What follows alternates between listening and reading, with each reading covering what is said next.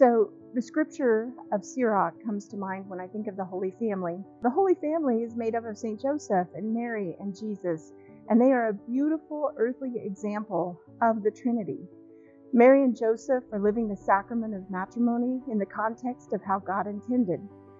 But more than that, they complement each other's natural roles. So Joseph, we think of him as being head of the household, protector, provider, a man of faith, a most chaste spouse. And Mary, his obedient wife, a mother, a humble servant. And Jesus, the obedient son, the perfect love, and God-man. There's a lot of upside down and backwards in our society today with abortion, divorce, abuse, irregular relationships.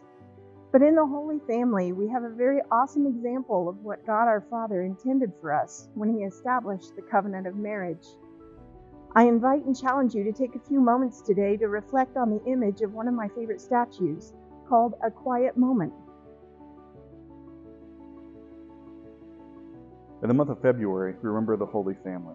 And it's a beautiful reminder for us of what we're called to strive for in our own life. And so the church always gives us the ideal that we're meant to strive after, but also holds up the examples of dealing with the messiness of humanity, the messiness of our life, because we live in a sin-sick world.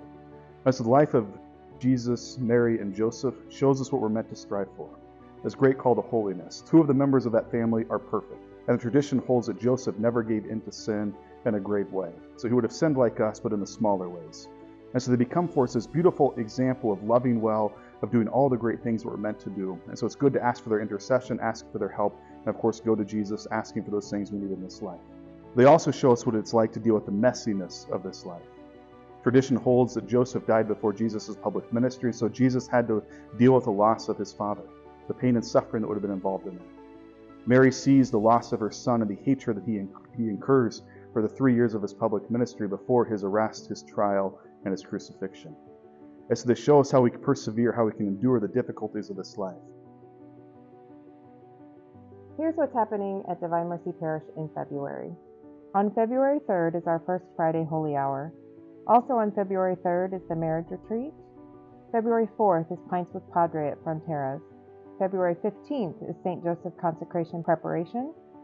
February 18th, the Knights of Columbus Valentine's Dance. February 19th, Breakfast with the Knights of Columbus. February 22nd is Ash Wednesday. We have Mass at 7 a.m., noon, 5 p.m., and 7 p.m. February 24th is the Knights of Columbus Fish Fry. Also on the 24th, at 7 p.m. is Stations of the Cross. February 26th is Family Formation. February 27th is Confirmation Mass.